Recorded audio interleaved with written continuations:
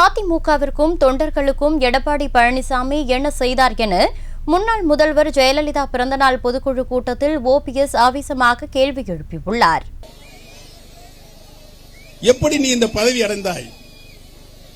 பொதுக்குழுவில் நாமெல்லாம் ஒன்றாக இருக்கும் பொழுது மாண்புமிகு அம்மாவதுதான் நிரந்தர பொதுச் செயலாளர், அதற்கு மாற்றாக ஒருங்கிணைப்பாளர், இணை ஒருங்கிணைப்பாளர் என்ற பதவி உருவாக்கப்பட்டது.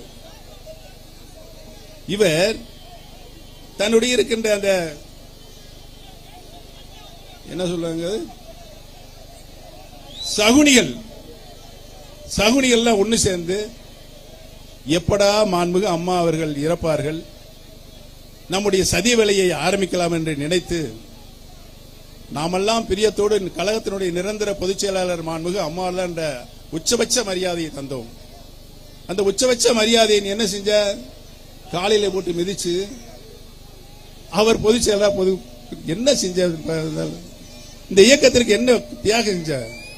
எந்த தியாகம் செய்யல.